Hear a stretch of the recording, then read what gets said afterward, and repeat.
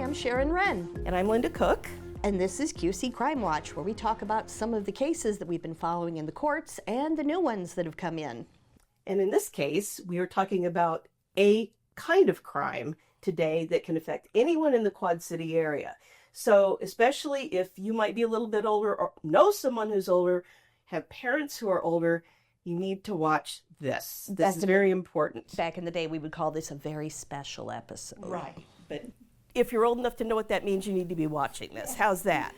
So this is these two professionals here know about crime because they've helped people who've been affected by it. And I'm going to let them introduce themselves. They are not from how do I say this? You're not from the same group. You are connected. And if you want to go first, please do. I can. Thanks so much. My name's Erica Schroeder-Serta, and I'm with Live Well Seniors, where we offer free information and referral services for seniors and their families. And we really can connect families to any of the resources that it takes to really help yourself age successfully and plan for your future successfully.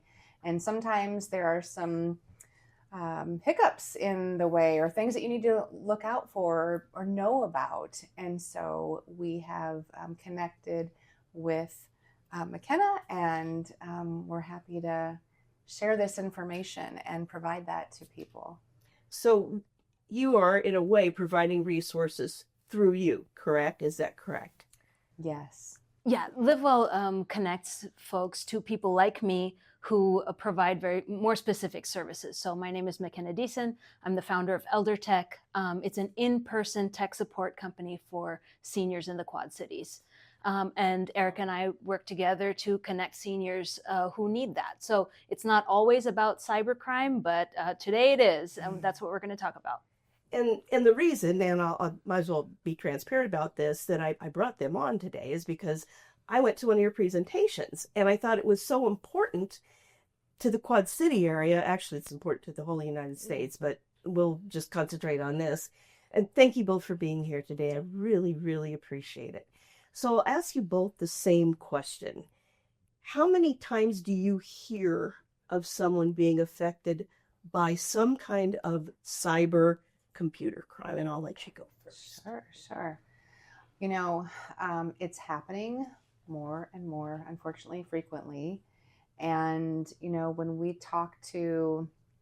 oftentimes we'll talk to the adult children as they're looking to help their parents or their loved ones really either find placement or look at, you know, whatever options will suit them best.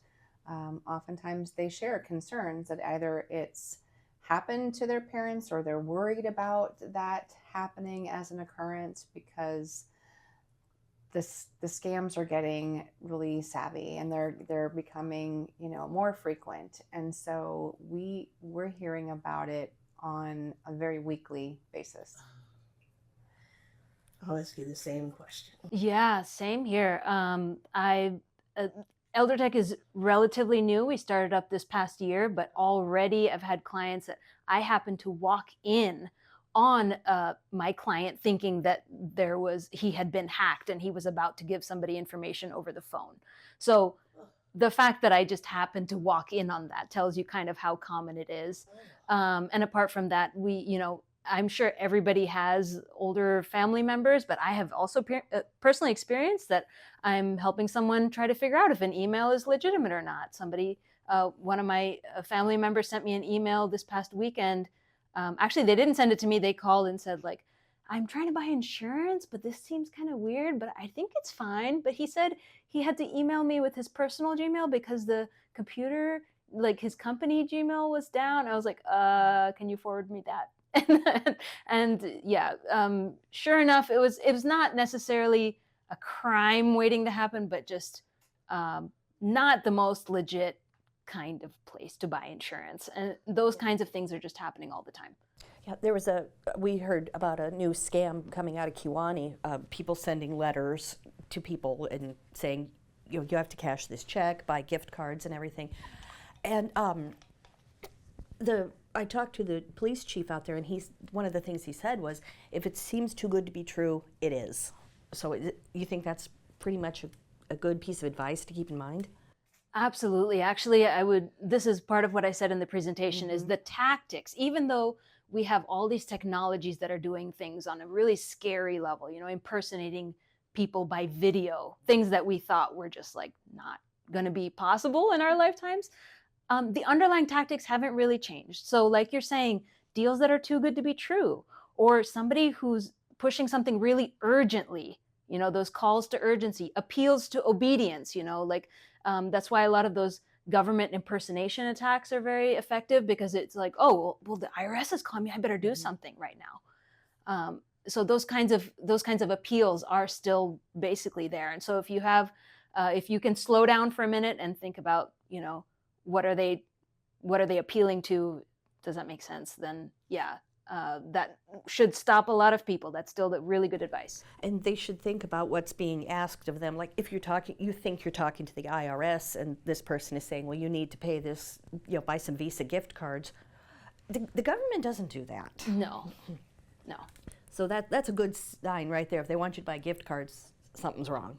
Yeah, and they just appeal to the emotion too, I think, and so the demographic that we serve can be that vulnerable demographic that, perhaps they're lonely, perhaps they are, responding to, a fake generated person that doesn't exist. And, and McKenna could speak to this too, but, they're going to try to get money. And then when, down the road, when the adult child sometimes can find out, hey, who are you talking to? And why is there so much money missing out of the account? That's a huge concern. And you think that, your parents know well enough, but it can happen to anybody, because I think at heart, we're kind-hearted by nature, and we want to believe that people are good.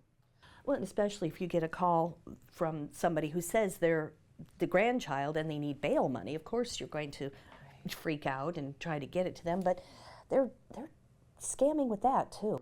Right. So that's kind of what I want people to know about. It's not to fearmonger or anything like that. It's just for people to be aware. Number one, they can use AI tools to imitate somebody's voice if they just have a few seconds of audio. So if your grandkids are on Facebook or TikTok or Instagram or whatever making videos, they can take their voice and use it to reproduce a call that says, Grandma, I'm in trouble. Please don't tell Mom. I need money for this. Can you send me some money just real quick? Now, see, my mother-in-law would rat my kids out. So. or even video calls, right? And here's the thing about AI also, like like Eric was saying here with the Facebook chat bots, right? Before, there were hackers that would take months to build up a relationship with somebody. And then they would be like, oh gosh, I don't even, I don't need any help, but I'm just in this terribly tight spot. And by the time you're really good friends and you're like, no, I'll help you. What do you need? Well, now they can set up AI chatbots that can have those conversations for months, remembering the things that you've said before, referring to the things that are on your Facebook profile. And it's not about being really naive or ignorant or really helpless. Anybody could be taken in. And so it is very good advice to also exercise a lot of caution with anybody you haven't met in person. Because hackers can have those chatbots working on thousands of different people at the same time, right? They don't have to invest all that time in one person anymore. Yeah, I think probably maybe the most notorious case of impersonation was the woman who thought she was emailing Brad Pitt for a long time and sending him money. And I'm like, Madam, I know he lost a lot of money in the divorce, but he doesn't need to be reaching out to you.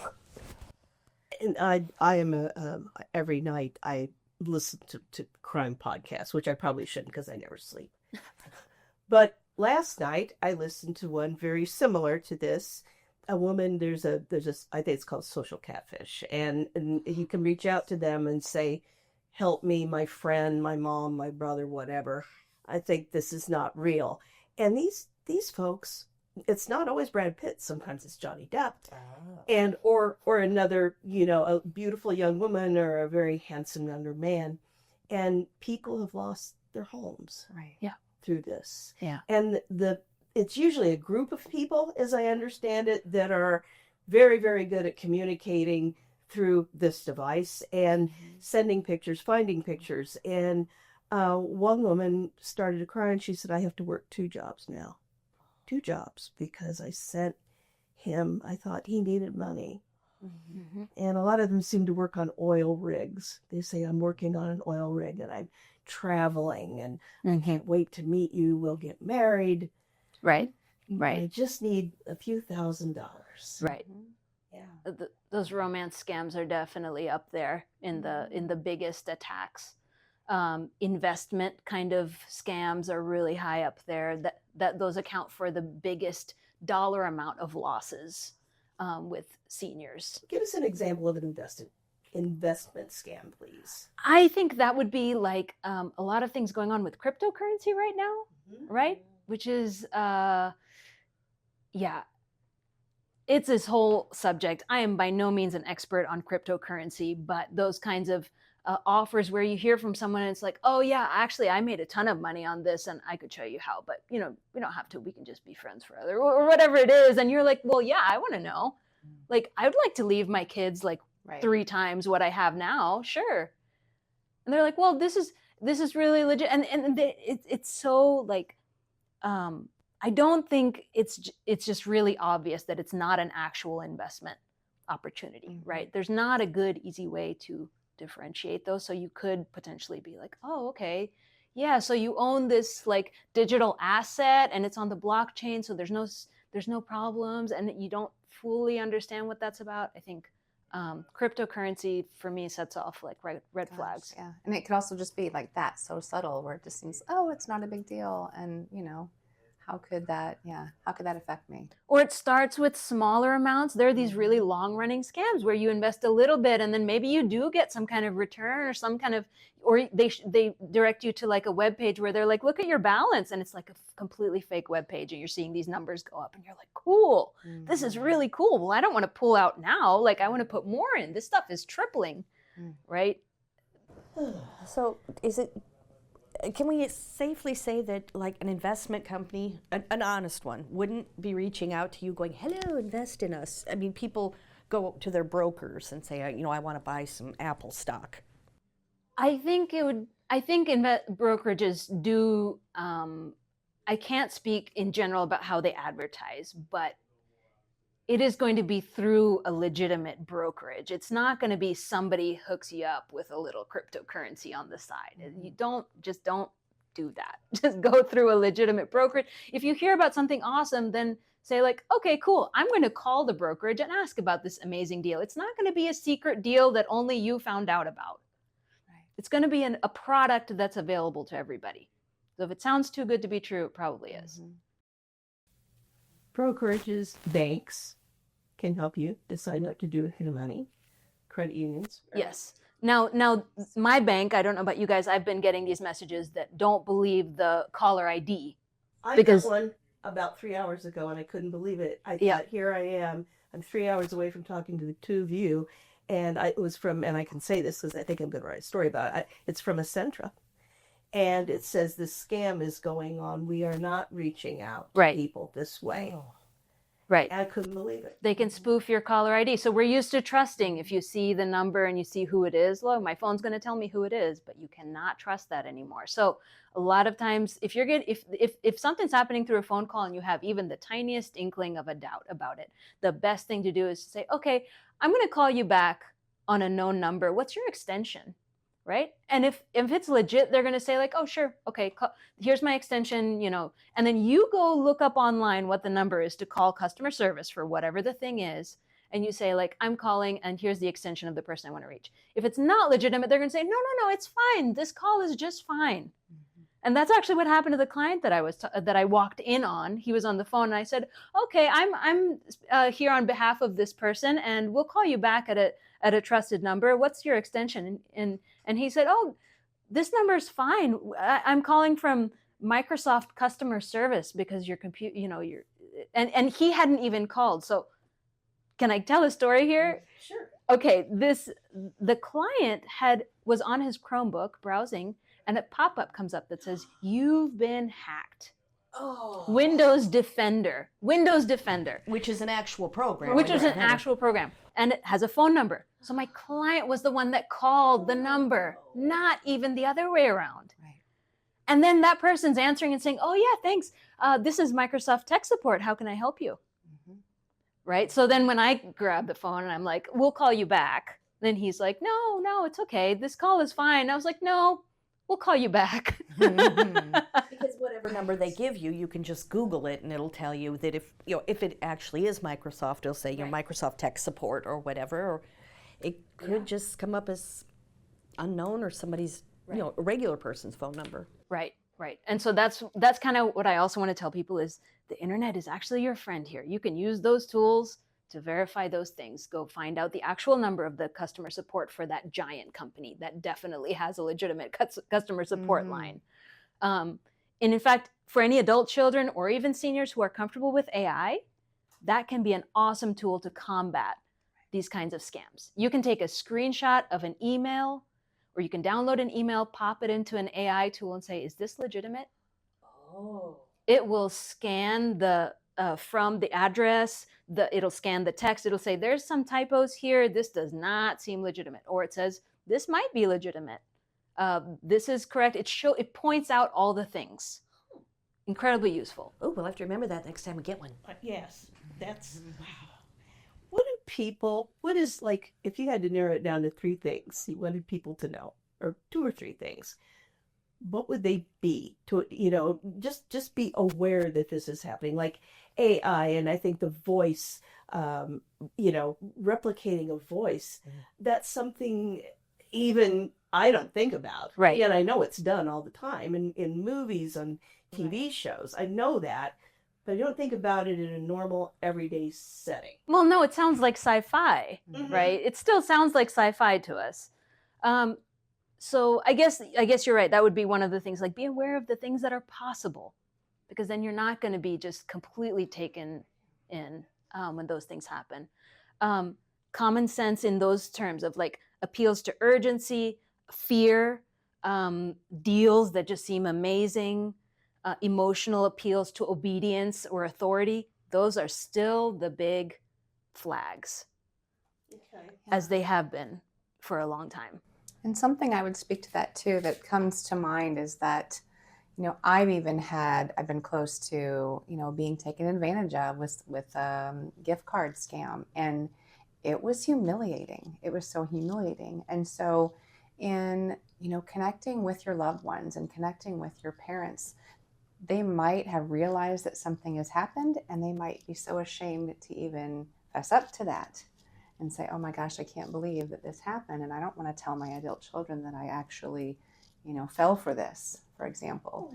And so it's just so important, I think, so crucial to have an open communication with your loved ones and just talk about this freely and say there's nothing to be ashamed of, but really that close connection, I think, is so helpful.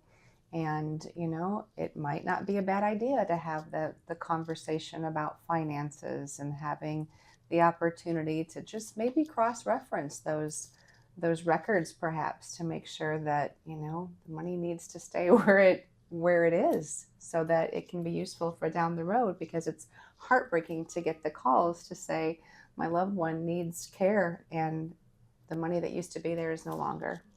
And there's not many opportunities then at that point, so it's just really, I think, so important to share and communicate this message.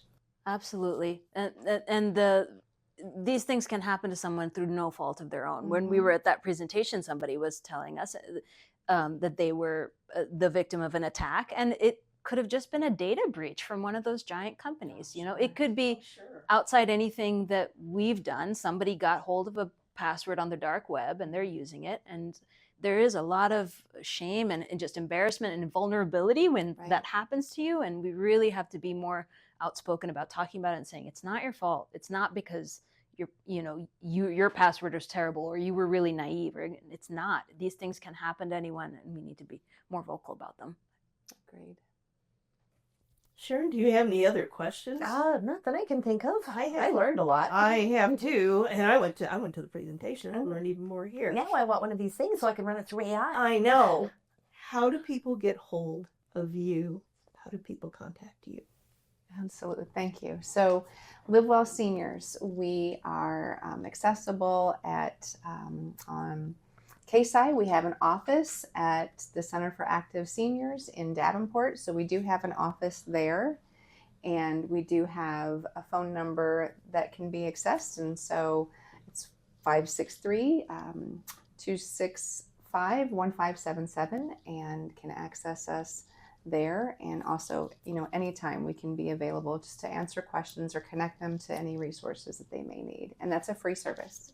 And I didn't know that. I was so surprised when I found that out at the library presentation. That's neat. Yes. Thank you. And if somebody wants to get in touch with you. Yeah, going through LiveWell is a great way to do it, and they'd have access to a whole lot more than just my services. But you can find my website at eldertechqc.com, or email me at McKenna, MAKENNA, at eldertechqc.com. And the website's probably the easiest way to go, and you can find more information about my services. It covers a lot more than cybersecurity stuff, although we do do a lot of password management for clients. Wow. Thank you so much. Yeah, I thank you. feel this nice little blanket of safety falling over the Quad Cities because of the two of you. Thank you very much. Thank you so much for having us. That's it for this episode of QC Crime Watch. Join us next time when we're going to be talking more about the crimes that make the Quad Cities lock their doors at night. And lock your cars. Cars.